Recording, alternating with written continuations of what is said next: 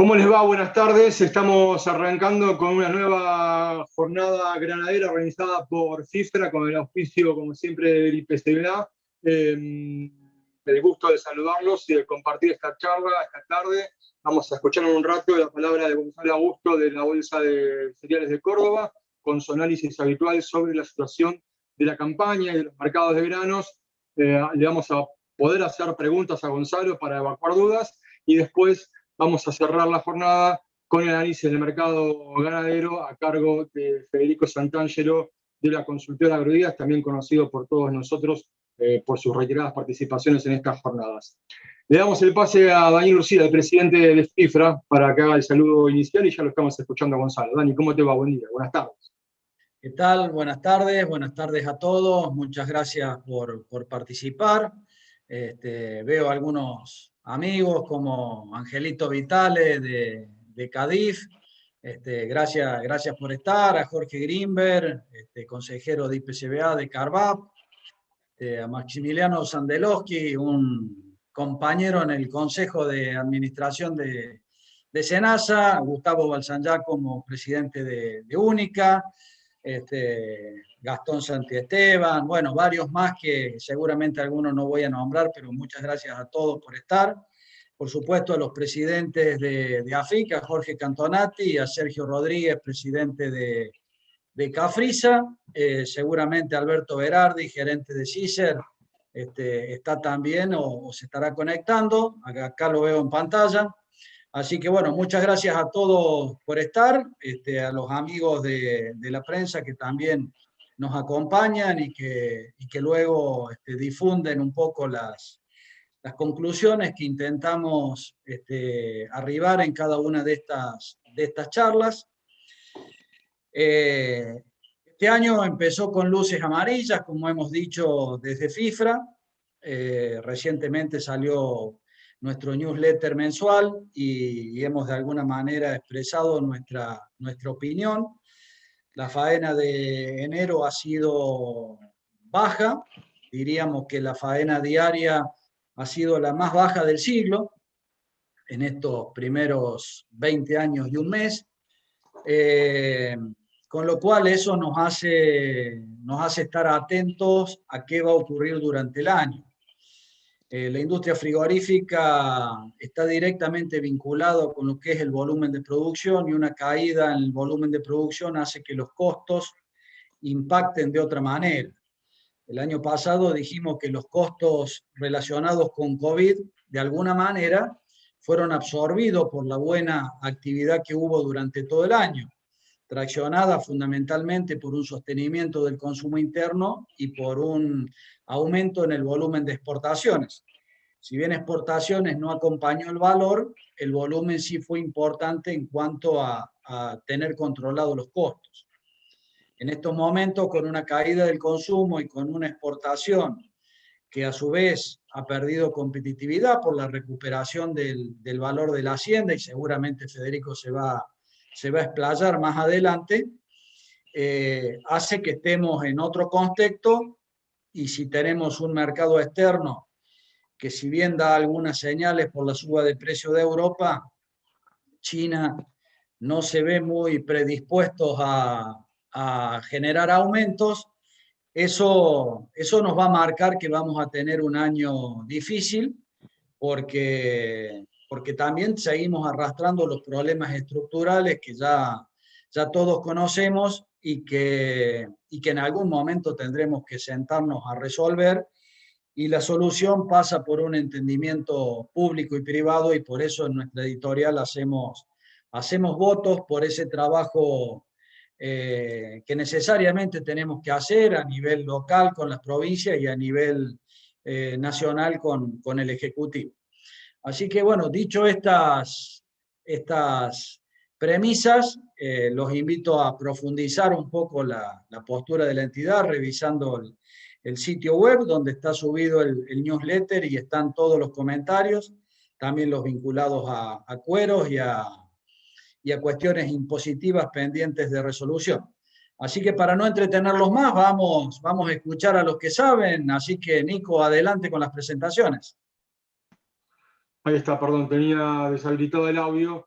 Bueno, decíamos que íbamos a escuchar, como hacemos habitualmente, inicialmente a Gonzalo Augusto de la Bolsa de Cereales de Córdoba para que nos cuente su análisis y proyecciones para la campaña agrícola.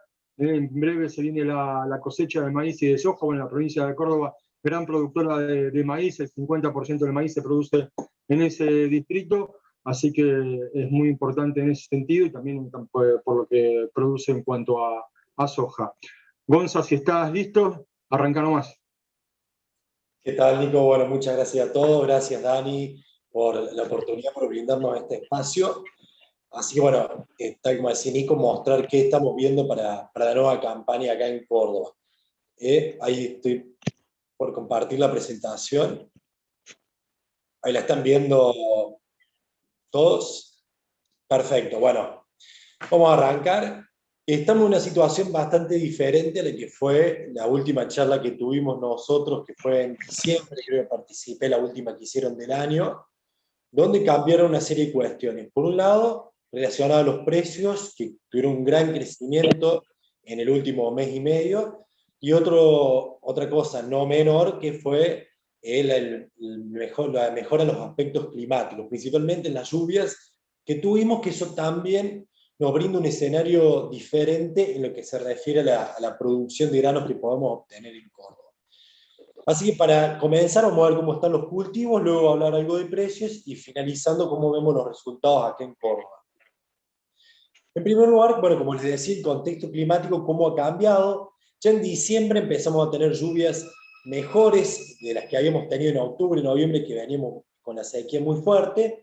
Y se haga, como ustedes pueden ver, que tenemos las precipitaciones acumuladas en las barras, que son de noviembre, diciembre y enero, contra el promedio histórico de 2007 a 2021, es decir, 14 años que tenemos nosotros de registro en la bolsa, y vemos que en casi la totalidad de los departamentos, salvo por algunos departamentos como General Roca en el sur y San Javier en Tras la Sierra, pero casi todos los departamentos tuvieron lluvias por encima de lo normal, lo cual obviamente benefició a los cultivos, principalmente los tempranos.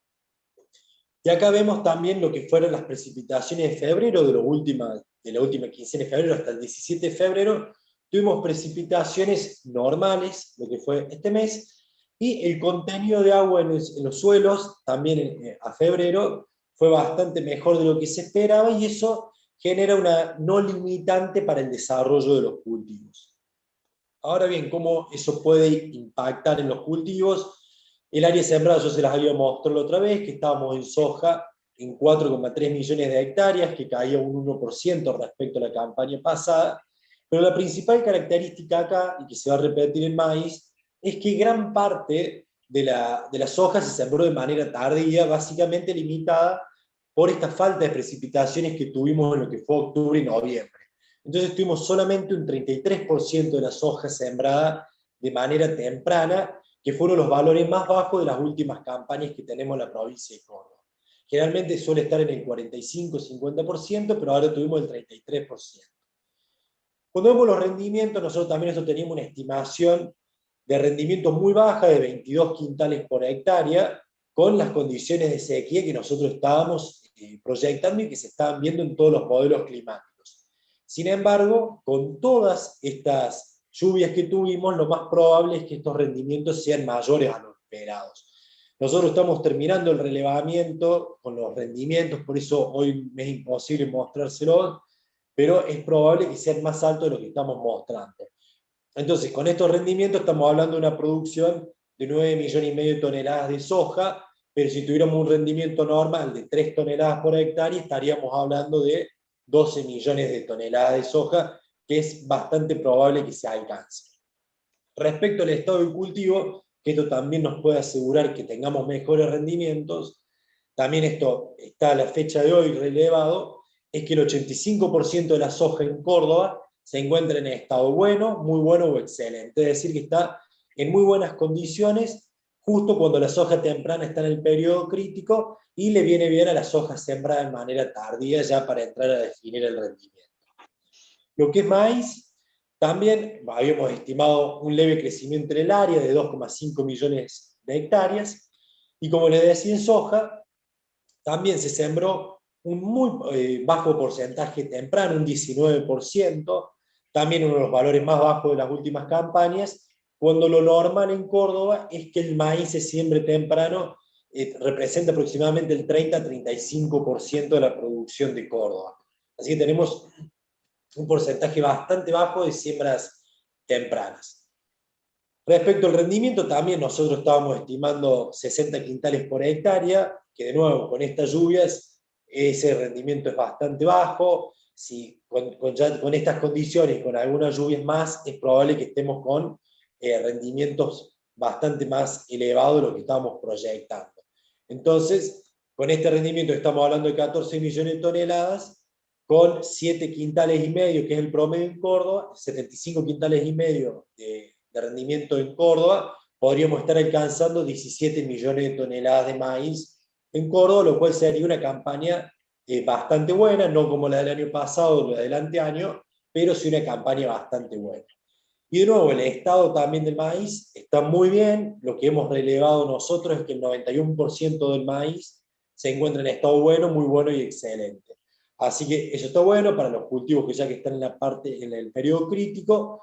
Así que bueno, hay que ver también cómo continúa, pero por ahora viene bastante bien la campaña y bastante mejor de lo que estábamos esperando. Respecto a los mercados, también tuvimos cambios en lo que fue los precios muy diferentes a lo que tuvimos en diciembre, grandes incrementos. Me gustaría mostrar dos relaciones básicamente que tenemos con la tasa de interés de Estados Unidos de la Fed, donde generalmente cuando la tasa es baja, los precios de los commodities suben. Acá pueden ver la tasa que en los últimos meses está prácticamente en niveles de 0,025%, y contrario a eso, el precio de la soja actúa de manera inversa. Entonces, que la tasa se mantenga en niveles bajos, ese es un sostén también para los precios de los granos.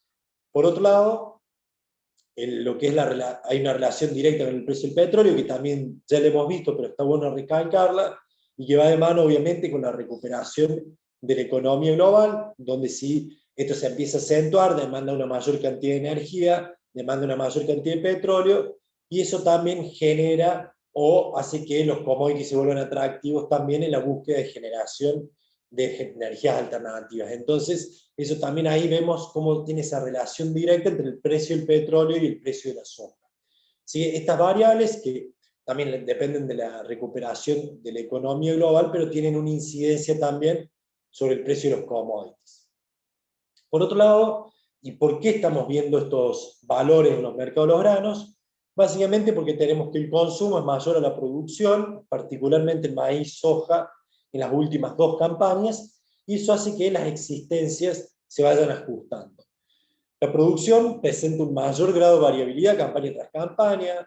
Obviamente por los problemas climáticos de un año a otro podemos tener grandes diferencias en cuanto a la producción, pero el consumo, de manera diferente, que se comporta de manera diferente, presenta una menor variabilidad. Entonces, ese consumo que ya está en niveles récord, ante cualquier variaciones en la producción o shocks de oferta por problemas climáticos, obviamente eso genera una presión de la demanda y afecta a los precios.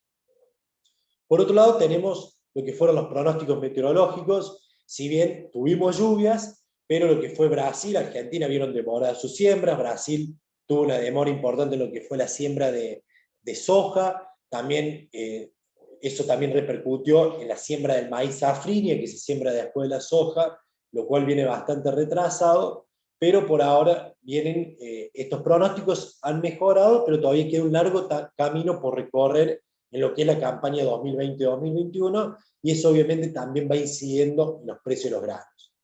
Y también algo que es súper importante, que es la recuperación de la economía mundial, que si bien este año podemos ya ver una recuperación, pero desconocemos cuán fuerte o débil puede llegar a ser esa recuperación de la economía global. Ahora, haciendo foco en los cultivos, lo que es soja, estos son los últimos datos del informe Luzda, que producción de soja mundial récord, pero como contrapartida ahí tenemos que el consumo mundial de soja también es récord. Entonces, esto lo que hace, muestra la presión de la demanda sobre la oferta y se refleja en esta relación stock-consumo, donde vemos cómo se ha ajustado y cómo las últimas barras, como pueden ver, que son las que corresponden a esta campaña, cayeron drásticamente respecto a las últimas dos campañas y por debajo del promedio histórico. Entonces ahí también eso es lo que nos está dando la fortaleza en el precio de la soja. Por otro lado, y ya enfocándonos, porque lo de Estados Unidos la producción ya fue un hecho, es enfocarnos en lo que es la producción de soja en Sudamérica, que está en pleno desarrollo, donde vamos a tener una producción mundial récord, liderada básicamente por Brasil, que más allá de estos retrasos, tienen muy buenas perspectivas y van a tener una producción récord de más de 130 millones de toneladas y se posiciona como el primer productor mundial de soja. Y Argentina, que tendría una producción de 49, 50 millones de toneladas, que obviamente no es una de las producciones más grandes que tuvimos, pero es una producción interesante. Así que esta producción récord, obviamente que brinda cierta calma, pero tenemos una demanda atrás que viene muy robusta. Por otro lado, lo que son los fondos especulativos, y acá es donde puede haber un poco de riesgo en el precio de los granos. Acá, como pueden ver, cuando están por encima de cero, los fondos, la posición neta es que están compradas, es decir, a la expectativa de aumentos en los precios. Sin embargo, cuando haya una toma de ganancia fuerte, o cuando estos fondos se empiecen a desprender, podría generar un efecto contrapuesto y hacer que los precios se retraigan un poco. Sin embargo, como pueden ver en la última barrita, ahí han aumentado su posición comprada, demostrando también la fortaleza que se ve en el precio de la soja. Y acá esto lo que pueden ver, si nosotros vemos cuando estábamos hablando en la última jornada ganadera, que estamos en el orden de los $465 por tonelada en el precio de la soja, y hoy estamos hablando ya de $510, $515 por tonelada. Y para darle una perspectiva un poco más larga, acá vemos los últimos 25 años la evolución del precio de la soja, donde estamos en niveles de 2014 y cercano a los $510 por tonelada. Y para que vean cómo se va relacionando con el gráfico que les mostré anteriormente, esa relación stock-consumo que mide la presión de la demanda sobre la oferta, esos aumentos de precios básicamente estuvieron relacionados con esos periodos donde esa relación de stock-consumo se iba ajustando, es decir, que la demanda era mayor a la oferta. Y acá vamos en un camino bastante similar. ¿Qué pasa con el maíz? Lo mismo que la soja, producción mundial récord, pero tenemos un consumo también mundial récord, y que no solamente es récord, sino que por segunda campaña consecutiva supera a la producción. Entonces, esto también, al igual que en el caso de la soja, no tan marcado, pero se ve una disminución en esa relación stock-consumo, y obviamente esos ajustes también hacen que se vean reflejados en los precios, como estuvimos viendo los incrementos de los últimos 3-4 meses. También, al igual que en el caso de la soja, lo que es para la próxima campaña, Brasil ya tiene nuevas estimaciones. Cuando nosotros hablamos la otra vez, eran con modelos estadísticos que ellos tenían, pero todavía no habían relevado, sino que ahora ya es algo un poco más certero con sus primeras estimaciones, y de esta manera Brasil va a tener una producción de maíz récord. Hay que ver esos retrasos que están teniendo en la siembra, pero por ahora vienen bien, y están hablando de una campaña del maíz safrinha de más de 80 millones de toneladas, lo cual es un valor récord para la campaña. Recordemos que este maíz se cosecha en lo que es agosto, septiembre, y obviamente que ahí tiene un impacto para los precios que nosotros vemos en el mercado interno, porque sale junto con nuestro maíz tardío, más con todo el porcentaje de maíz tardío que tenemos en esta campaña. Al igual que en el caso de la soja, los fondos también están muy comprados, demostrando que ven esa fortaleza en los precios del maíz.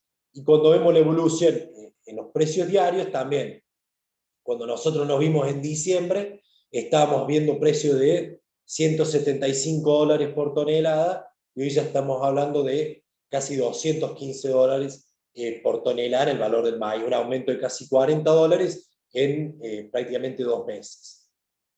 Y también viéndose una perspectiva histórica, estamos alcanzando los niveles que vimos en 2014, superándolos incluso, pero todavía bastante lejos de los picos que tuvimos en lo que fue mediados de 2012. Pero venimos con muy buenos niveles en los valores. ¿Qué estamos esperando para la nueva campaña en términos de precios? Los precios disponibles para la nueva campaña, tanto de soja como de maíz, presentan muy buenos valores, lo que son los mayores valores de las últimas, en soja de las últimas 6-7 campañas, en maíz uno de los mayores valores a cosecha de la historia que tenemos registrado, y esto cuando nosotros hacemos el relativo soja-maíz, nos da más favorable al maíz que a la soja, y eso también se vio reflejado en la perspectiva de la siembra que nosotros estuvimos viendo anteriormente, donde se sembró más maíz que soja. Y un dato que hoy también estuvo dando vuelta es el tema de que, en base a estos muy buenos precios, Estados Unidos sembraría áreas récord, tanto de maíz como de soja, así que también eso se publica el 30 de marzo, ese informe de las nuevas perspectivas de siembra, y hay que estar atentos para ver cómo puede impactar en los precios, pero tendrían unos aumentos de área tanto de soja como de maíz, lo cual eso podría activar como un freno para los precios de los granos. Ahora bien, ya para ir cerrando lo que vemos los resultados económicos para Córdoba, cuando nosotros hacíamos los primeros cálculos, con estos rendimientos bastante bajos que estábamos esperando, de 22 quintales para soja, 60 quintales para maíz, ahí la soja la verdad que trae en terreno negativo, incluso con estos excelentes precios. El maíz no, da bastante buenos resultados, los márgenes brutos eran positivos, pero ya cuando incorporamos arrendamientos, costo y capital, la rentabilidad se transforma en negativa en el caso de soja, y en el caso de trigo más soja de segunda, influyó además porque el trigo tuvo muy malos resultados productivos, donde en Córdoba cerramos con 16 quintales por hectárea en el caso de trigo. Ahora bien, ya viendo estas lluvias y siendo un poco más optimistas, con rendimientos normales, la verdad que la rentabilidad es muchísimo más elevada, con estos precios que estamos hablando, la verdad que nos dan muy buenos resultados, tanto en los márgenes como ya cuando incorporamos el arrendamiento, dan muy buenos resultados. Siempre, como les dejo, la calculadora de márgenes para que aquel que se dedique a la actividad agrícola pueda calcularlos, ir viendo las distintas variables, modificando precios, ajustando sus rendimientos con la nueva realidad. Y pasando en limpio, eso está disponible en la página web, y como siempre nos ponemos a disposición, Dani, para que pasen los contactos nuestros. Así que para ir cerrando, y que lo que estamos viendo es que el contexto internacional y los fundamentos sostienen los precios de los granos. ¿Cuánto más van a subir? Es difícil saberlo. Tampoco sabemos si puede haber algunas bajas ocasionales por esta posición de los fondos, que están muy comprados, entonces si se empiezan a expandir esas posiciones, puede llegar a tener algún impacto en los precios de los granos, pero tenemos una demanda muy fuerte que hace que los precios se sostengan en estos niveles. Y además de otras variables como la tasa de interés de Estados Unidos baja, que también hace que los precios se sostengan. Por otro lado, y a diferencia de lo que veíamos en la última charla, las precipitaciones fueron mayores a las esperadas, pero ahí, y como resguardándonos, es que, y como les mostraba anteriormente, que tenemos un gran porcentaje de siembras tardías, los mayores de las últimas campañas, por lo que el clima puede seguir siendo limitante si no tenemos lluvias un poquito más adelante, cuando los cultivos tardíos entren en su periodo crítico. Así que esto es lo que puede llegar a prender las luces de alerta, pero ya con las lluvias que tenemos, la verdad que esto brinda un panorama completamente diferente al que teníamos hace 2 meses atrás. Con rendimientos normales, la rentabilidad agrícola es positiva en Córdoba, ya dejamos atrás ese escenario y ese miedo que estábamos viendo con una soja de 2 toneladas por hectárea, y que el maíz brinda y sigue brindando, como desde hace 4 o 5 campañas, un mejor escenario que la soja en términos de rentabilidad. Así bueno, eso es todo, muchas gracias, me pongo a disposición y les mando la presentación también para que lo puedan ver, y si tienen alguna pregunta o quieren mi contacto para hacerla después, con todo gusto a disposición. Gracias, Gonza, por la charla, por el análisis sobre lo que está pasando en el mercado de granos. Me mataste en el final porque te iba a preguntar justamente hasta dónde pensabas que iban a subir los granos, pero te cubriste rapidito, porque hay gente que dice que pueden llegar a los precios de 2008. No sé si coincidís, si lo ves posible. La verdad que todavía no sé si lo veo como esa situación. Yo creo que todavía el hecho de que vamos a tener una producción récord en lo que es el Mercosur y las buenas perspectivas que estamos viendo, eso genera una limitación. Sin embargo, si se generan algunos problemas climáticos que inciden sobre los rendimientos y que tengamos producciones menores a la esperada, obviamente le va a dar un shock adicional a los precios. Sin embargo, es muy difícil decir un valor, no me arriesgaría a decirlo, pero yo creo que ya estamos teniendo muy buenos precios y que la verdad que con los precios que se están manejando, y si uno se pudiera cubrir con esos precios, y ya ve con los rendimientos que puede llegar a obtener, la rentabilidad que puede obtener es bastante buena. Bueno, aprovechamos para saludar a Jorge Ingaramo, que se sumó a la charla, y te queremos preguntar, Gonza, también respecto de justamente la cobertura de precios, porque con estos niveles de valores, si vos decías que ya había rentabilidad, suponiendo rindes normales, eh, quienes estén participando en el negocio agrícola y participando en la charla, ¿qué recomendación le das? ¿Cómo hacer Sí, para sí, negociar la cosecha? tal cual, yo creo que es un buen momento, obviamente, para ver y para fijar alguna parte de la producción con estos precios que estamos viendo, y son muy atractivos. Estamos viendo lo que es soja, son los mayores valores que tenemos de las últimas 7, 8 campañas, en maíz, mayores valores también de los últimos tiempos, entonces son valores muy atractivos. Obviamente hay que ver cómo va evolucionando la campaña. Yo creo que muchos productores también tenían miedo en base a cuánto podría llegar a obtener de su producción, porque recién en enero con las lluvias y ahora también con febrero que tuvo lluvia dentro de lo normal, ya permiten ver el panorama de otra manera. También hubo muchos productores ahora, y eso me faltó decirlo, que hemos relevado en algunas zonas, como en Altagracia y un poco el sur de Córdoba, donde estuvieron afectados por el granizo. Hubo muchos productores que se vieron afectados, pero bueno, la mayoría, la verdad, que se vio beneficiado por este escenario climático. Así que si tuvieron la posibilidad de hacerlo, yo creo que es un buen momento, porque estamos teniendo muy buenos valores en los precios de los granos.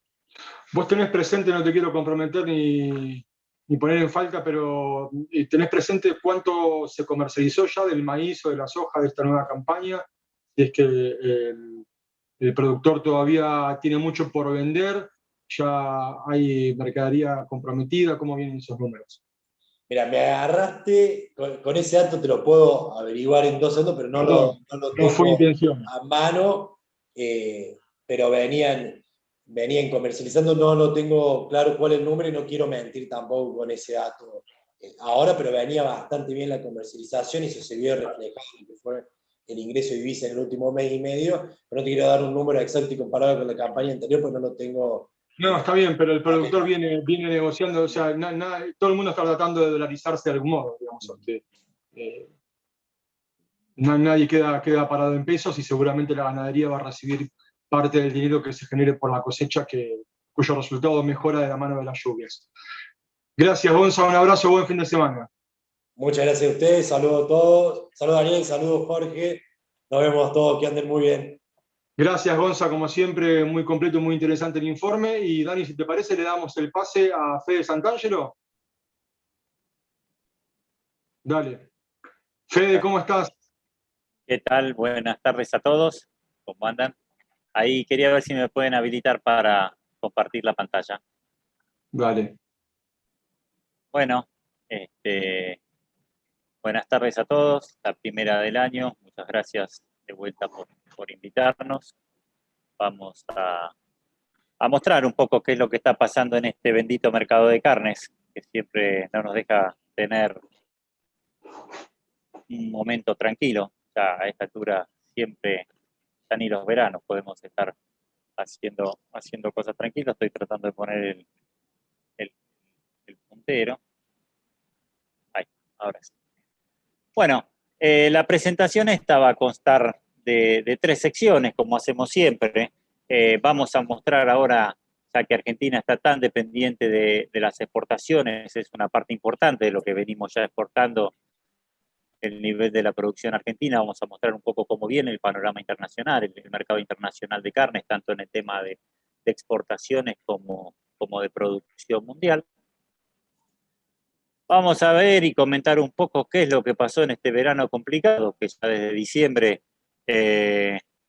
viene con una suba importante de precios de la carne, a pesar de la faena récord que tuvimos en los últimos años, y vamos a plantear los escenarios, como nos gusta siempre, en el futuro, qué es lo que puede llegar a pasar de acá en el futuro, con lo que hemos denominado el juego de la oca, ¿no? Entonces, siempre nos gusta pronosticar, muchas veces la acertamos, algunas le erramos, queremos ver qué es lo que puede llegar a ocurrir en este nuevo año que comienza el mercado de la carne, ¿no?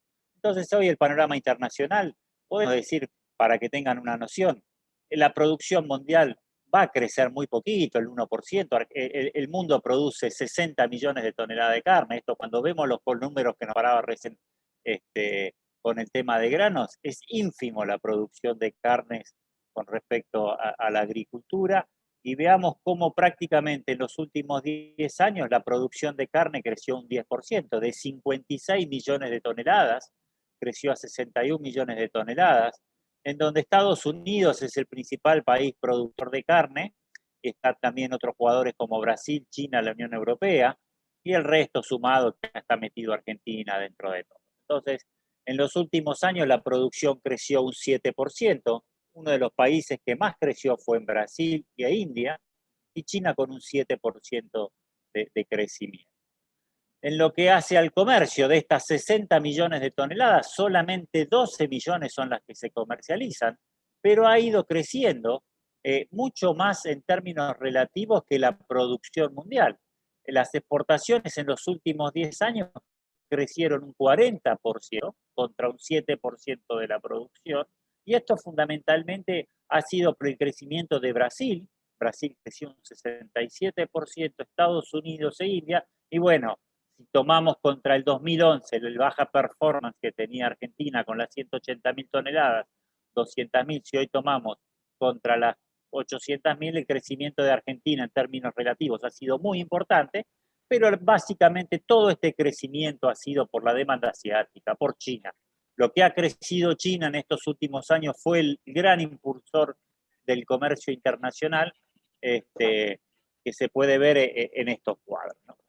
China, esta ya se le he mostrado varias veces, ha crecido sus importaciones mundiales en los últimos años. Fíjense lo que eran las importaciones de China, de 700.000 toneladas para carne de cerdo, 200.000 para carne avial, y apenas 38.000, y sale acá en el 2011, para llegar a tener 5 millones de toneladas de carne el año pasado porcina y 2.800.000, 700.000 toneladas de carne vacuna. Ha sido espectacular el tema del crecimiento de China.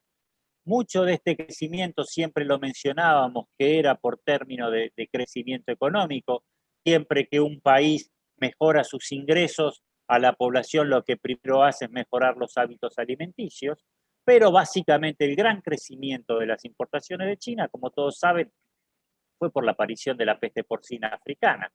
Tengamos una cuenta que allá en el 2017 China tenía 440 millones de cerdos y hoy tiene 310 millones de cerdos, es decir, ha sido fenomenal la desaparición o la reducción del rodeo porcino que ha tenido China. Lo mismo también con la producción de toneladas de carne, estaba produciendo 58 millones, 54 millones de toneladas para hoy estar produciendo 38 millones, es decir, hay un faltante de 16 millones de toneladas de carne de producción porcina solamente, para lo que ha sido China. Recordemos que el comercio internacional de carne vacuna era alrededor de 12 millones. Entonces, el crecimiento de las importaciones de China ha sido fundamentalmente por el crecimiento económico en los primeros años de la década, siguiendo por delante a consecuencia directa de la peste porcina africana. Así como le faltó las proteínas de cárnicas porcinas, reemplazó también por la producción, por las importaciones de carne vacuna, ¿no?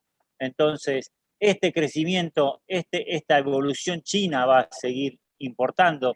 Algunos informes de Luda dicen que están en su pico, es decir, se va a mantener, puede crecer muy poquito, pero China va a seguir demandando todas esas importaciones.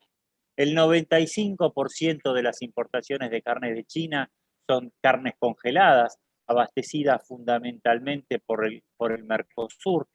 Brasil es el principal exportador, Argentina está entre los principales exportadores de carnes hacia China, en tanto que el 5% de la comercialización de carne porcina está dada por carnes enfriadas, en donde Australia y Nueva Zelanda tienen el gran dominio de ese mercado, fundamentalmente por ventajas arancelarias que tiene con acuerdos de libre comercio.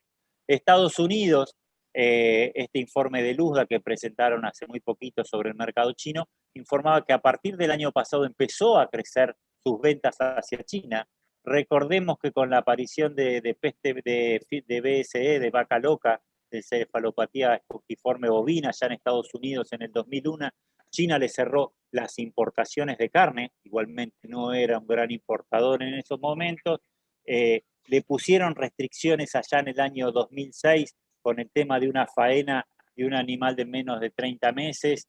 Recién a partir del año pasado, de enero del 2020, China le libera el mercado a Estados Unidos y las exportaciones hacia China de Estados Unidos hacia China ha sido importante. Estados Unidos empieza a ser un jugador en China, lo que hoy todavía no le da es un tema de precios. Estados Unidos es mucho más caro que lo que le podemos vender nosotros o Brasil.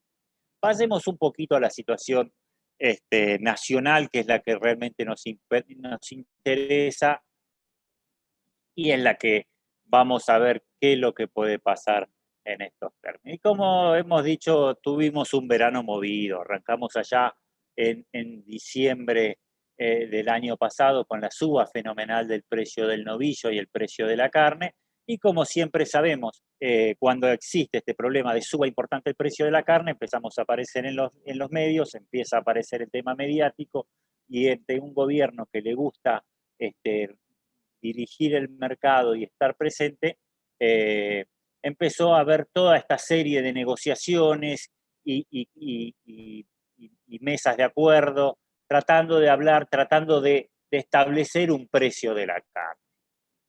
Y es así que, como les decía, que este gobierno que considera la intervención como la solución a la inflación, a la suba de precios, piensa mucho que la carne se puede manejar desde una mesa. Allá en diciembre, a inicios, los frigoríficos exportadores en este tema se le adelantaron al gobierno y le presentaron esa carne navideña con un 30% más barato. Recordemos esa foto de Alberto Fernández en Corina, presentando y hablando las loas de la exportación y todas las cuestiones que venían del tema y cómo se presentaba esa canasta navideña. Recién la carne había estado empezando a subir en los primeros días de diciembre.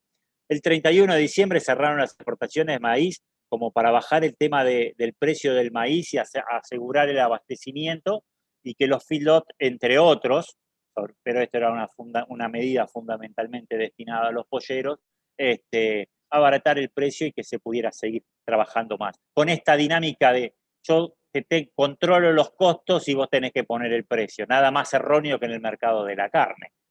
En enero llegamos a escuchar a una diputada decir que teníamos la maldición de exportar alimentos, ¿no? Como si fuera una locura, y es el único de los pocos sectores que tiene ingresos genuinos o balanza comercial positiva en términos de dólares, ¿no?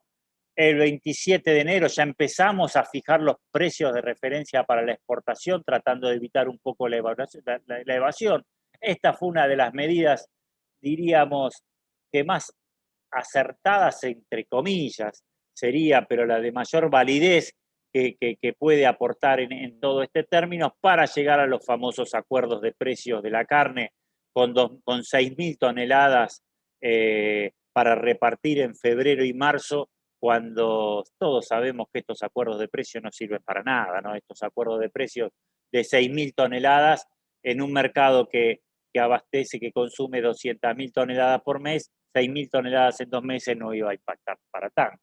Hasta que llegó la famosa frase de Alberto Fernández, el presidente del 7 de febrero, que si el campo no entiende, va a subir las retenciones y establecer los cupos a las exportaciones. Y ahí se prendieron todas las alertas amarillas, las alertas rojas, diría, más que amarillas. Volvió con la mesa de enlace, retrocedió, pero bueno, estamos en un gobierno que le gusta intervenir, estamos en un año electoral, entonces esta amenaza está latente y es la que en definitiva a uno le empieza a prestar más atención en lo que pudiera venir en el transcurso del año. Y en el día de ayer, esta semana pasada, ya tuvimos con las mismas empresas que una semana atrás había firmado acuerdos, ya empiezan a imputarle faltante de producto, entonces empiezan a exigir normalizar entregas, multas, las asociaciones piqueteras, por decirlo de alguna manera, tienden a ir a cubrir acuerdos de precios. Vamos a estar en una economía regulada y de intervención tratando de intervenir el precio de la carne, ¿no?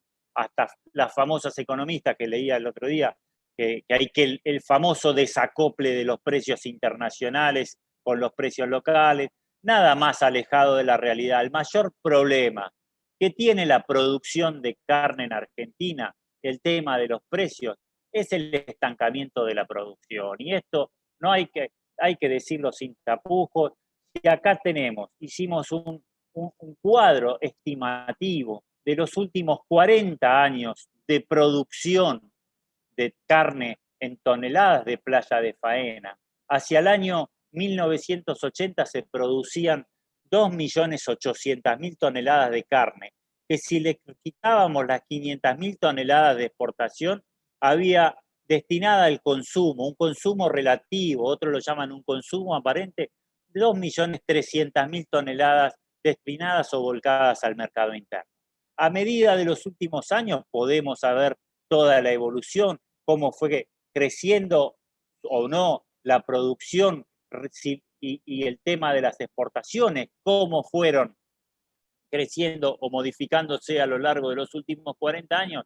Lo que podemos ver es que la producción de carne destinada al mercado interno está rondando entre los 2.300.000, 2.400.000, 2.500.000 toneladas de carne. No ha crecido la... ¿Sí?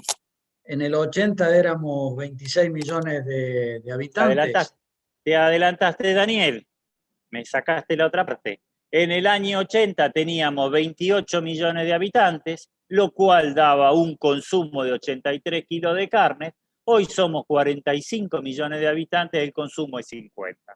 El problema de la caída del consumo no está en el término de la plata, la crisis económica. El problema de la caída del consumo de carne por habitante es que esta producción nacional no se incrementa y está estancada hace muchísimos años, 40 años por lo menos o más. Díganme ustedes en qué parte de esta ecuación que vemos acá está el símbolo pesos, en qué parte está ingreso de la población. ¿Cuántas veces nos cansamos de leer y cuántas veces nosotros lo refutamos? Que siempre escuchamos decir, por la crisis económica cayó el consumo. El consumo cae porque no aumenta la producción. Ustedes ya nos vienen escuchando hace años. Se consume todo lo que se faena y ajusta por precio. Entonces, el consumo cayó a lo largo de los años porque no aumentó la producción. Si no hubiera crisis económicas, el precio de la carne estaría mucho más caro. Es así y de contundente. Ahora bien, el productor necesita certidumbre y rentabilidad para poder crecer y teniendo expectativas a mediano y largo plazo.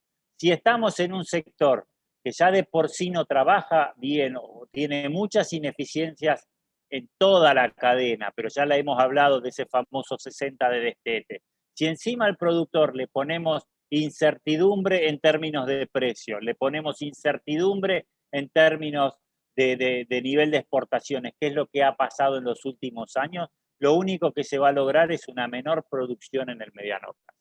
Pero no hay que hablar de acá ni desacople de precios, ni precios internacionales, ni acuerdo de precios. Lo único que le va a servir a Argentina para tener un precio estable y poder abastecer y crecer este consumo con un nivel de exportaciones es llegar a producir 4 millones de toneladas. Lo hemos dicho muchas veces y acá está clarito en términos de lo que queda para el mercado interno.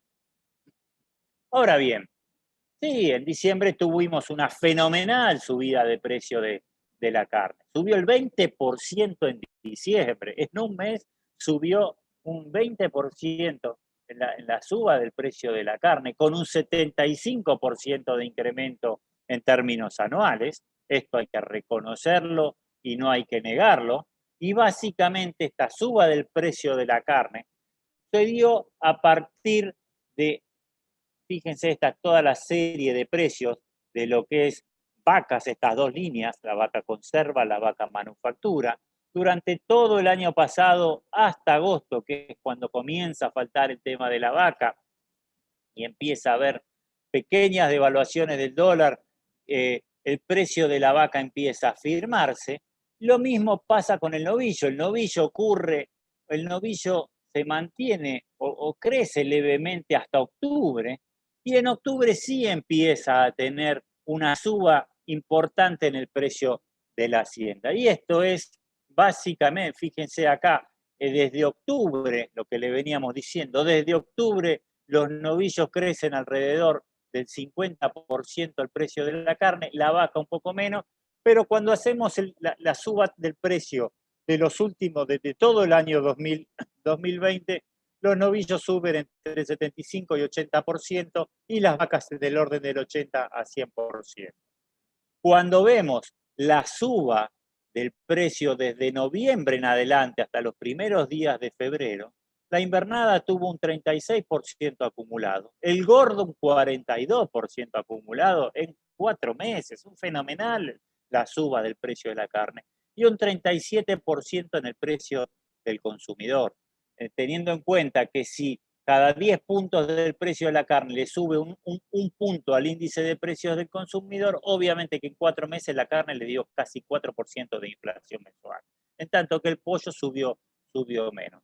Ahora, ¿por qué se dio esta suba importante? Y ya la habíamos empezado a hablar en la última presentación allá en diciembre, que eran los primeros días de diciembre, pero todavía no había pegado esta gran suba. La suba de precios se dio fundamentalmente por un tema de demanda más que de escasez de oferta. Si nosotros vemos la faena de los últimos 10 años, desde el 2011 hasta el 2020, la faena del año 2020 fue la más alta de los últimos 10 años. Superamos los 14 millones de cabezas, 13.700 en el 2019, 13.100 en el 2016. Nunca a lo largo de los últimos 10 años habíamos tenido un nivel de faena tan alto como en el nivel del año pasado. Entonces, este momento, esta suba de precios, se dio por la demanda, de carne. La gente, por un lado, la exportación traccionando, siempre decimos que la exportación descomprimía el mercado interno, desabasteciendo esa vaca que es la que no se consume acá. Perdón. Recordemos también que el tipo de cambio oficial se devaluó un 40% a lo largo del año 2020. Esto favorece la competitividad de las exportaciones. Si tenemos en cuenta el contado con liquidación, el tipo de cambio se devaluó un 90%, es decir, el gobierno es el que ha estado devaluando un 4% mensual todos los meses para que no se haya un atraso cambiario. Y si a esto le sumamos la salida de la cuarentena que se dio justamente a partir de octubre, noviembre, cuando la gente estaba cansada de estar encerrada y cansada de no ver con los amigos, empezaron a ver los asados, empezaron a estar las fiestas, las famosas fiestas clandestinas, que ahí no se haría el asado, pero ¿cuántos de nosotros volvimos a juntarnos con amigos y a comer un asado? Que sumado a la mega emisión monetaria que ha hecho el gobierno en el último año, se dio la suba, voy a retroceder al anterior, se dio la suba del precio de la hacienda. Fíjense, coincide la gran suba de la hacienda con la salida de la cuarentena. Esto es clarito y se dio así. Entonces, no fue por un tema de oferta, sino que fue un tema de demanda. Ahora bien, como bien decía Daniel, allá empezamos a analizar qué es lo que pasó a inicios de este año, y la faena de enero fue la más baja de los últimos 4 años. Daniel hace el seguimiento de la faena diaria, por diaria él toma que es la faena más baja de este siglo. Nosotros esa cuenta no la llevamos, sinceramente, pero en enero la caída fue 17% contra diciembre y 14% con respecto a un año atrás. Fue muy importante la caída de Hacienda de faena. Entonces, y fundamentalmente empezó a caer la hacienda proveniente de feedlot, las categorías jóvenes, las categorías livianas.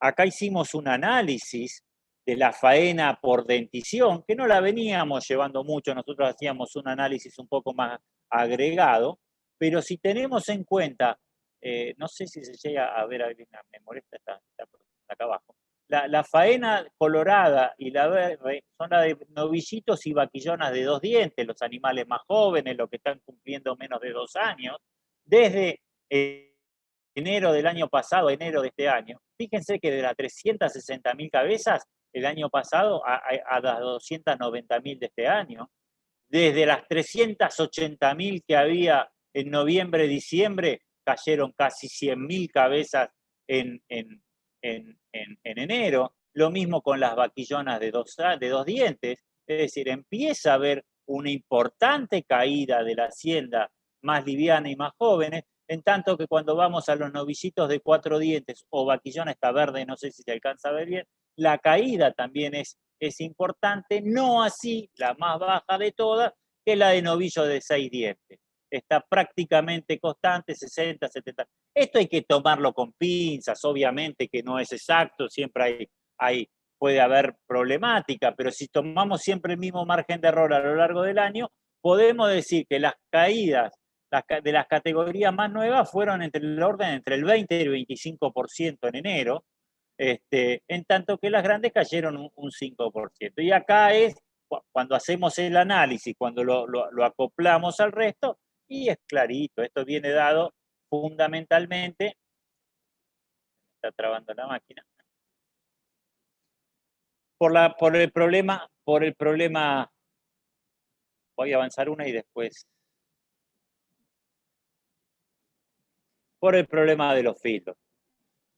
Este problema, esta caída de Hacienda, esta caída de la existencia de Hacienda empieza a traer una problemática muy grande en términos de la Hacienda para exportación. Está faltando mucha Hacienda para la exportación. Tanto es así que está haciendo que frigoríficos exportadores empiecen a limitar los días de faena. Ya son varias plantas que empieza a haber una caída en la exportación, una caída en los días de faena. Hay plantas que están faenando alrededor de 4 días a la semana o faenando bastantes cabezas menos a lo largo del por día. Quiero ver porque acá tenía otra. Se me han mezclado el orden de las transparencias. Voy a adelantar un poquito y ahora, perdón, disculpen, sepan disculpar el error aquí. Venía diciendo que esta caída de la faena fue fundamentalmente como consecuencia de la caída de los animales del stock. Y esta escasez de hacienda es lo que veníamos observando en el último semestre del 2020 en cuanto a nivel de ocupación de los corrales. El nivel de ocupación de los corrales en función de la Cámara de feedlot 2018-2019 andaba en el orden entre el 55 y 60% de ocupación, pero en el 2020, en el primer semestre, venía con un nivel de ocupación importante, más alto que el año anterior. A partir de octubre, noviembre, este nivel de ocupación empezó a caer y en forma abrupta. Tanto es así que hoy, si comparamos el nivel de ocupación de enero 21 contra enero de hoy, hay casi 10 puntos del nivel de ocupación. Esta vez los ingresos de terneros con ingreso a los feedlots, nuevamente empecemos a fijarnos cómo a partir de octubre el nivel de ingreso a los corrales empezó a ser muy inferior. Cuando hacemos esta curva a lo largo de largo, no con la serie anual, tiene esta misma presentación, este mismo nivel de curva. Es decir, los corrales se empezaron a vaciar en el segundo semestre del año pasado, en función obviamente de las grandes pérdidas que tuvieron a lo largo del año. Estos son los márgenes brutos que publica la Cámara de Feedlot en su último informe. Fíjense cómo han perdiendo desde julio en adelante.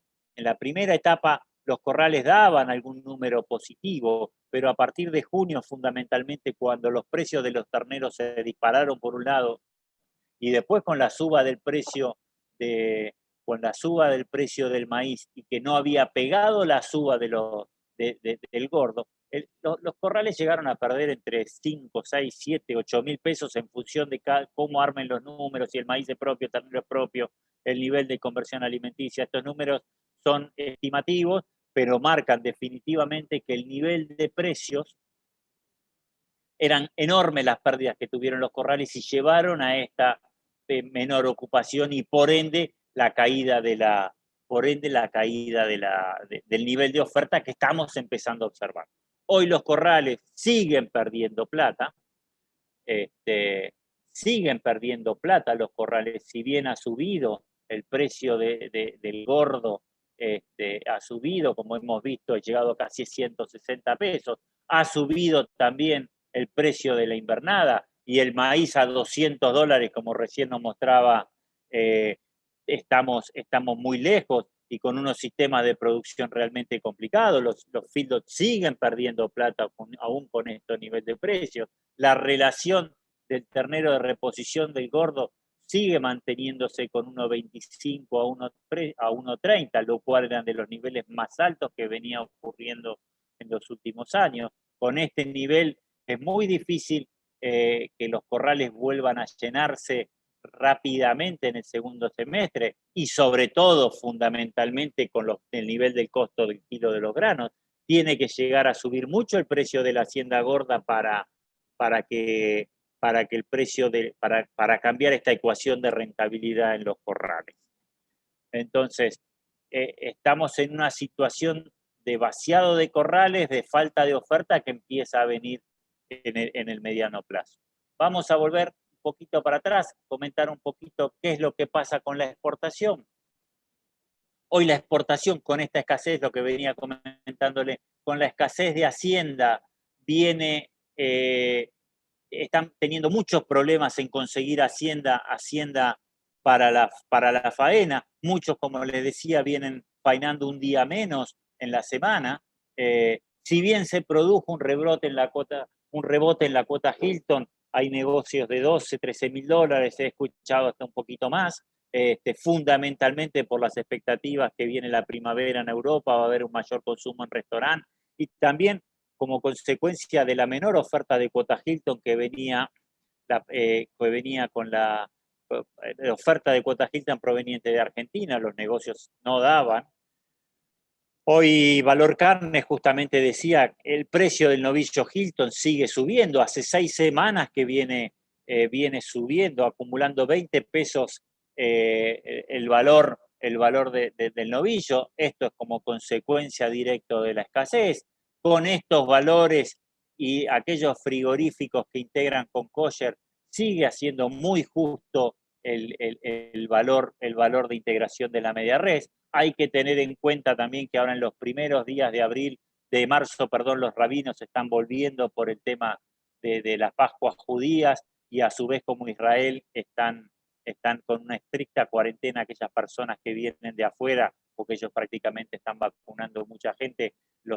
Al que proviene de afuera le hace una estricta cuarentena. Los rabinos están dejando el país en los próximos días. Esto le va a traer complicaciones a aquella faena que hagan con Israel y aquellos frigoríficos que integren con Israel.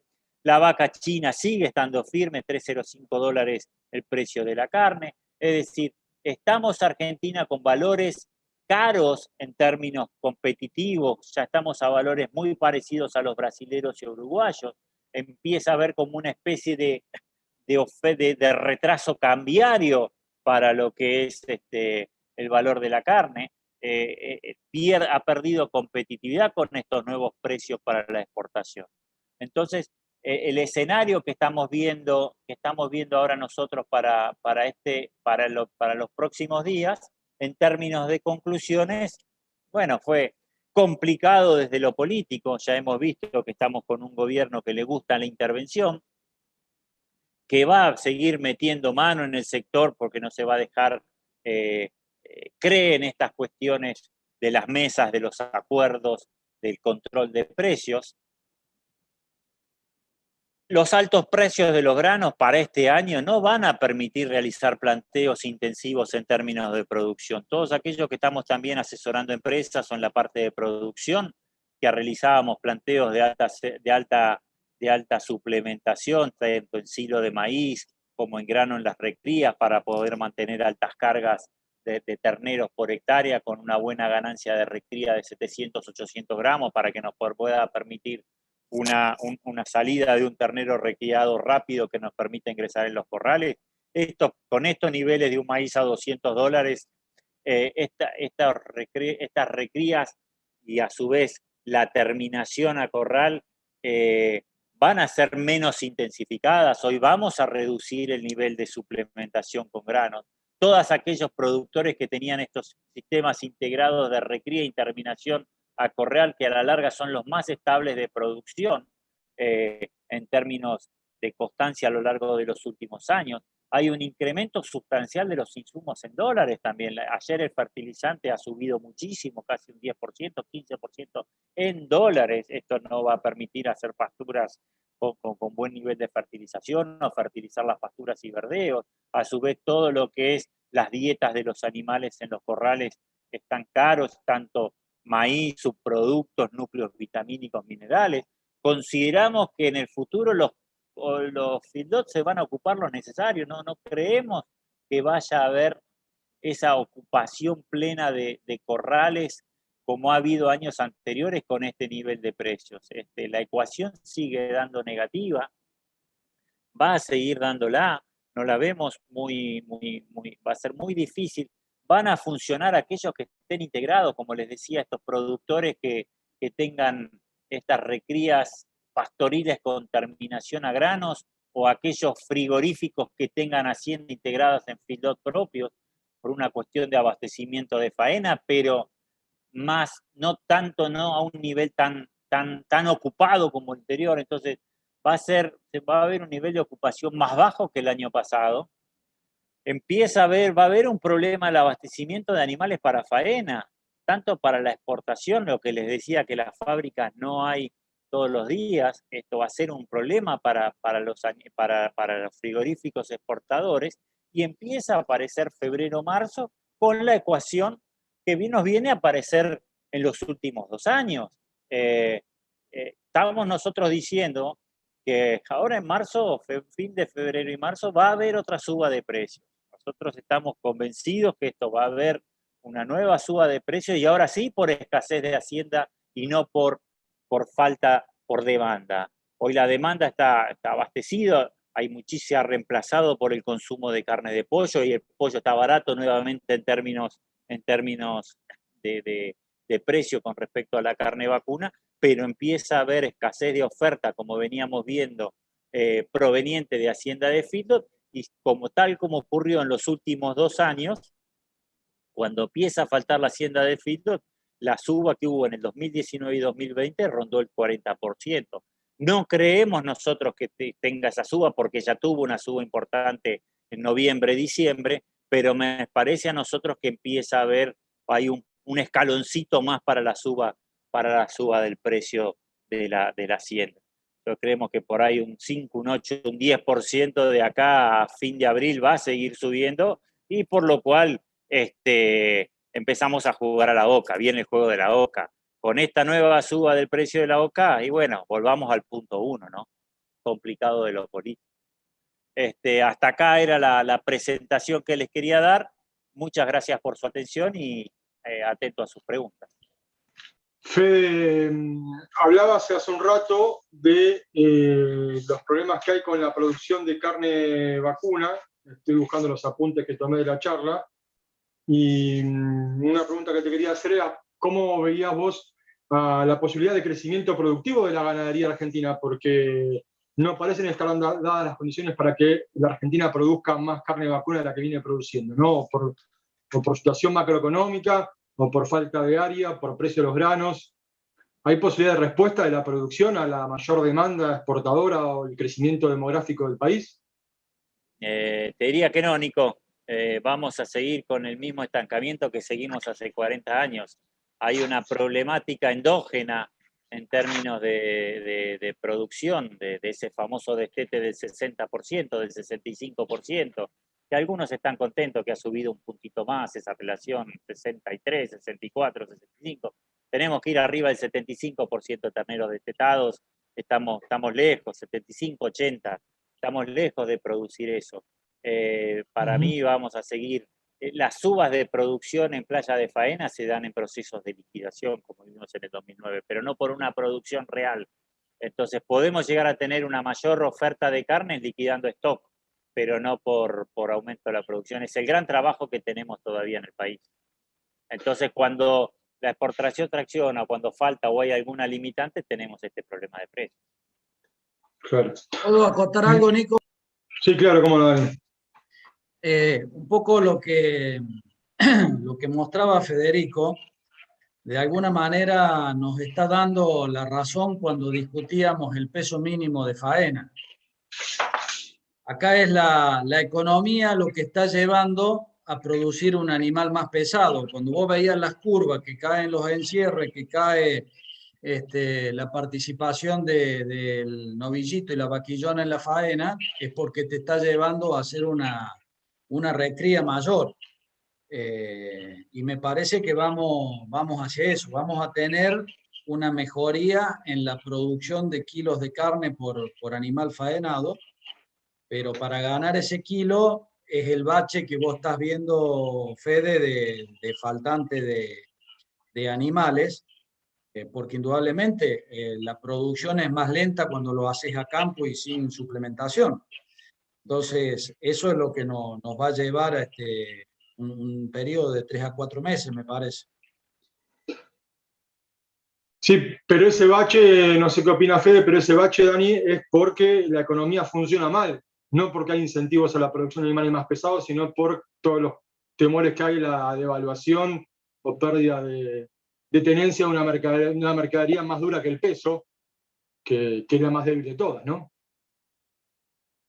Sí, no, Daniel, con respecto a la faena, lo que tenía ahí, lo bueno del año pasado, el incremento de la producción, fue justamente que el aumento de la producción que tuvimos en 2020 fue por un aumento genuino por mayor producción de machos. Hubo un crecimiento en la faena de machos. Ahora vamos a ver qué pasa con esto, vamos a darle un poquito más de tiempo. El primer mes fue una llamada de alerta a lo que pasó en enero con término de caída. Fue muy grande la caída de faena. Y bueno, vamos a ver qué pasa en este febrero y marzo. Febrero ya tiene también día menos porque el año pasado hubo bisiesto, ha habido días de lluvia. Vamos a ver cómo viene la faena este mes, pero bueno, todo este tema de alargar, las recrías se van a ir alargando, creemos nosotros, porque va a haber muchas recrías sin suplementación. Hoy es preferible producir a 400, 500 gramos por día y no a 700, 800 con maíz. Claro.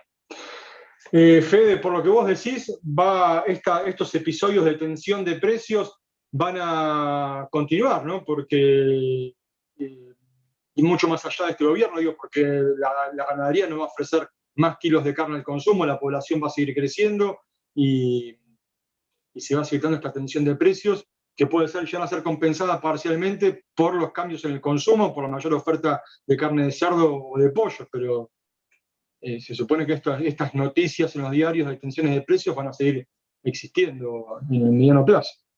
Y sí, en el mediano plazo yo te diría que sí, en el corto plazo ya va a haber algo y en el mediano también. Cuando es muy lenta la recuperación de la ganadería y del aumento de la producción. Entonces, si queremos entrar ahora en un sistema de control de precios y de lo que pasó en los 10 años anteriores, podemos llegar a tener un problema porque recordemos cómo terminó. Los precios se controlaron por 2 años, cerrando exportaciones, armando ROE, encaje productivo exportador, todas esas cuestiones de precios, pero terminamos con 12 millones de cabezas, y esas 12 millones de cabezas todavía no las recuperamos. Hay mucho para trabajar y hay mucho por crecer, pero si al productor hay que dejarlo trabajar y dejarlo que aumente con incentivos, porque no hay incentivos tampoco para producir. La única manera de mejorar todo esto es mejorar la alimentación de los animales, mejorar la alimentación de la recría, y esto, hoy hacer una pastura, la pastura está dolarizada, el fertilizante está dolarizado, no hay créditos baratos para mejorar todos estos planteos. Entonces estamos en un círculo vicioso hoy por hoy que cuesta mucho, y si tenemos a su vez incertidumbre política o que no vamos a saber qué hacer con los animales porque te cierran las exportaciones, no va a haber muchos incentivos para producir. Fede, teniendo en cuenta que si viene la zafra de terneros, que ya está por arrancar y que el año pasado tuvo muy buenos precios la cría, ¿esperás que también haya muy buenos valores para el ternero este año? Se viene una cosecha que va a ser mucho mejor de lo esperado inicialmente.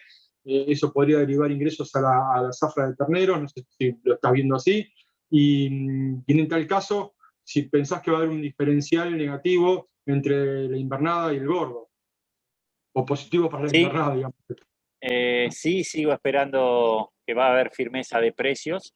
Calculemos nosotros que un año atrás el ternero estábamos hablando de 100, 110, 115 pesos, hoy ya estamos hablando, en mayo decíamos 140, qué locura era en mayo, de mayo a octubre era 140 que el ternero se había disparado, porque el productor que, a ver, está caro, hoy un ternero a 200 pesos está caro, la ecuación de una recría pastoril a valores de hoy es muy poco el margen, pero a su vez hoy tenemos un novillo de 400 kilos que se puede estar vendiendo cerca de 400, 450, te está valiendo entre 70 y 80 mil pesos. Entonces estamos hablando casi de una reposición 2 por 1, vendés un novillo gordo y te calzás con 2 patas de ternero, con 2 terneros vivos. Entonces el productor, no sabe qué hacer con la plata, con los pesos, no está para quedarse. Siempre apuesta a la producción. Esa reposición de ternero está en términos razonables, y por lo que está diciendo también vos, Nico, el tema de una buena cosecha con buenos valores le va a dar al productor también para diversificarse. No veo, fíjate que subió el gordo y siguió subiendo el ternero, lo que te decía, en octubre, perdón, estaba el ternero 150, 160 pesos, y nosotros creíamos que no iba a seguir subiendo, y hoy ya está a 200 y hasta un poco más también, a pesar que el gordo siguió subiendo. Entonces, la veo complicada para el feedlot. Para el que hace feedlot pura y exclusivamente, va a ser un año complicado nuevamente a lo largo del año, sobre todo con este valor de granos. El ternero no creo que vaya a bajar, y va a ver qué va a pasar con el gordo. Ahora, Fede, este es un año muy particular porque es un año electoral. Digamos, el año pasado fue muy particular por la pandemia y la gente que no gastó plata en un montón de rubros lo gastó comiendo bien, y para el argentino comer bien es comer carne vacuna, y por eso la suba del 75% en el precio que vos señalabas. Vos decís que para marzo-abril podría haber una suba entre el 5 y el 10%. ¿Crees que a lo largo del año va a seguir habiendo mercado firme del gordo, o con la liberación de los movimientos sociales, movimientos, digo, pues, con una pandemia menos exigente, puede haber derivación del consumo de otros rubros y menos tensión sobre la carne vacuna? ¿Cómo lo estás viendo? El análisis que hiciste el año pasado es tal cual. Para este lo vemos, lo que te decía, en el corto plazo. Mi temor más que nada es que cuál va a ser la respuesta política para este año con respecto a la suba de precios.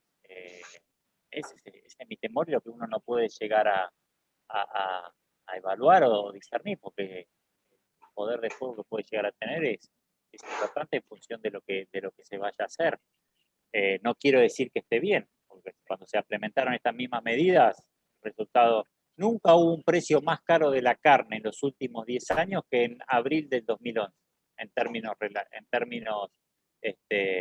como es en términos constantes cuando le sacamos la inflación. El precio más caro de la carne al consumidor fue en abril, por un trabajo que hizo justamente la gente de la Fundación Mediterránea, que lo presentaron ustedes ahí en enero. Entonces, el precio de la carne más caro de todo, y eso fue cuando faltó Hacienda. Entonces, no sirve intervenir en el mercado, porque podés tener acciones de corto plazo, pero en el largo plazo es muy malo. Bien. Dani. Nico, justo ahí Maximiliano hacía un comentario en el chat respecto de cuando hablamos de consumo, de nuevas tendencias de consumo y el impacto del veganismo, vegetarianismo. Es un tema que en la Comisión de Promoción Interna del Instituto de Promoción de la Carne Vacuna Argentina venimos siguiendo y trabajando junto con Sebastián. Está monitoreado, no es un segmento que hoy podríamos decir que preocupe, indudablemente afecta, no es de magnitud, pero tiene incidencia.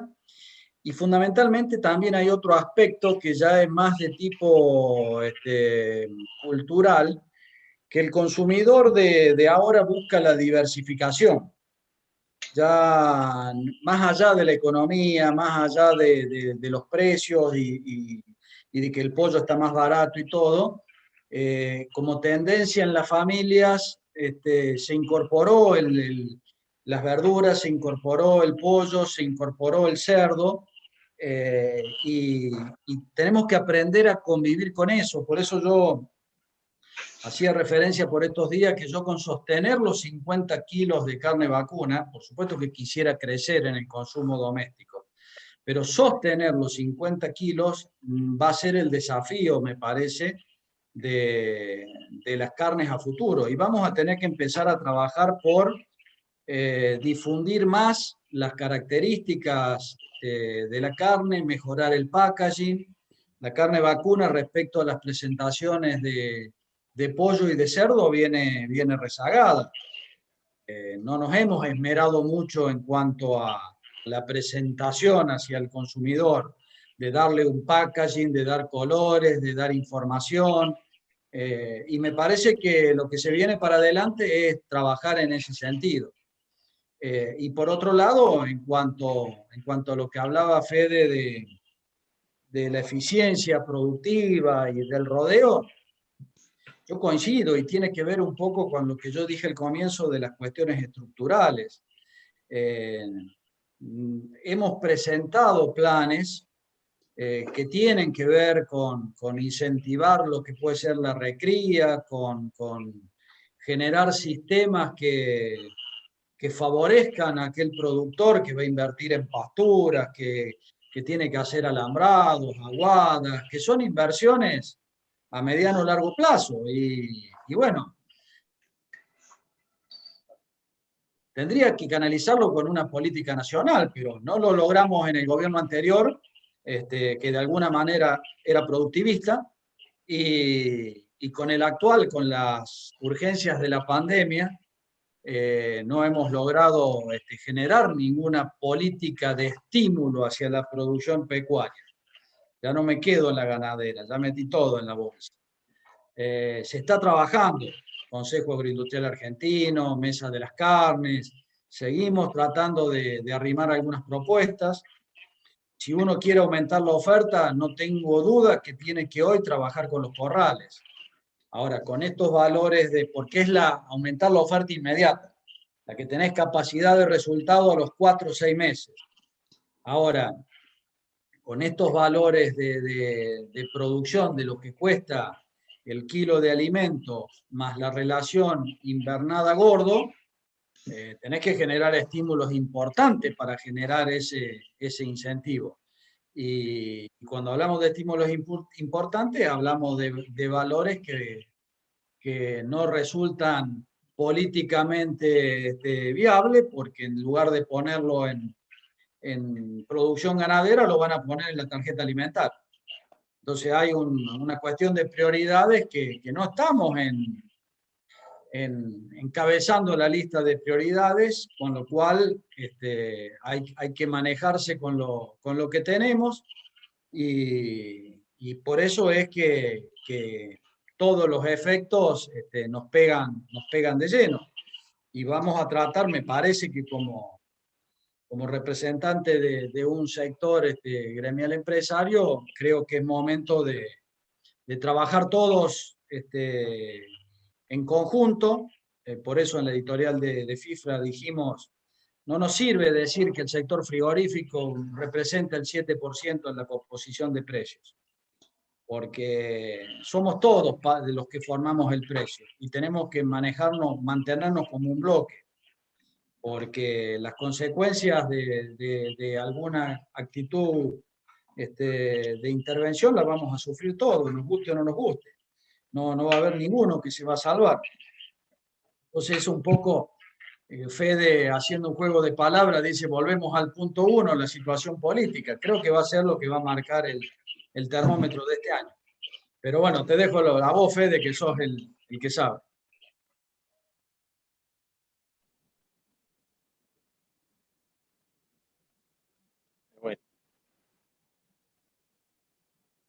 Bueno, Jorge está pidiendo la palabra o está saludando, Jorge Ingaramo. No, tengo dos comentarios. Uno, comentarle, buenas tardes, antes que nada, para no ser maleducado. Uno, comentar la venta de maíz y soja. El maíz está 37% vendido y la soja está 22% vendida. Ahí yo no soy tan... Yo creo que si hay noticias pronto de que va a haber una mayor área en Estados Unidos de maíz y soja, yo creo que la baja en Chicago puede ser mayor que la que estamos viendo hoy. Hoy entre la posición febrero de maíz y la posición septiembre hay $25 de diferencia. Si saliera la noticia pronto, en digamos abril, que la siembra de Estados Unidos puede ser más grande, ahí la diferencia de septiembre, el maíz septiembre puede bajar mucho más que $25 que la relación de ahora. Ese es el primer comentario. Y respecto a la política, yo diría que el gobierno está claramente dividido en dos alas. Hoy están prácticamente peleados los que responden más o menos a Guzmán y todos los que responden al Instituto Patria y a las CULFAS y demás que está queriendo hacer buena letra para estar con el Instituto Patria. El hecho de que Guzmán le haya entregado a Fernández un documento que impidió que subieran las retenciones del trigo y el maíz, diciéndole, bueno, fiscalmente estamos mucho mejor que antes y no conviene demasiado hacerse un enemigo al cohete. Eso fue muy mal recibido por el Instituto Patria y evidentemente ahí está, esa pelea va a seguir, que se manifiesta claramente en la decisión o no de cerrar o no con el fondo, alguna clase de acuerdo, que hoy está en todos los diarios, que digamos, se suspendió cualquier viaje de Guzmán a Washington y aparentemente otra vez habría cuestionamiento de vivir con lo nuestro hasta las elecciones sin arreglar con el fondo, ¿no? Así que eso me parece que va a haber que seguirlo con mucho detalle. Yo creo que el modelo de Cristina de vivir con lo nuestro hasta octubre no tiene mucha viabilidad. Y después la tercera cuestión, el tercer comentario que quería hacer es vamos a ver cómo van las paritarias, ¿no? Porque lo que se vio con Bancario, que Bancario cierra una paritaria en 3 tramos, con el 29 el total, pero en 3 tramos, hace que, bueno, ¿cuánto va a ser el aumento nominal de salario que las empresas que están apenas reactivando su producción puede pagar, ¿no? Me parece que eso va a ser un detalle muy claro a mirar. ¿Qué va a dar la paritaria? Y la paritaria del primer tramo, porque no es toda la paritaria completa la que hay que mirar. Hay que mirar la paritaria, el pedazo que se va a pagar en abril o mayo, ¿no? Que no me parece que las empresas estén en condiciones de andar tirando manteca al techo. Con lo cual, el consumo de carne vacuna, porque la carne hoy para la gente está cara, evidentemente, sin duda. La carne vacuna hoy está cara para la gente.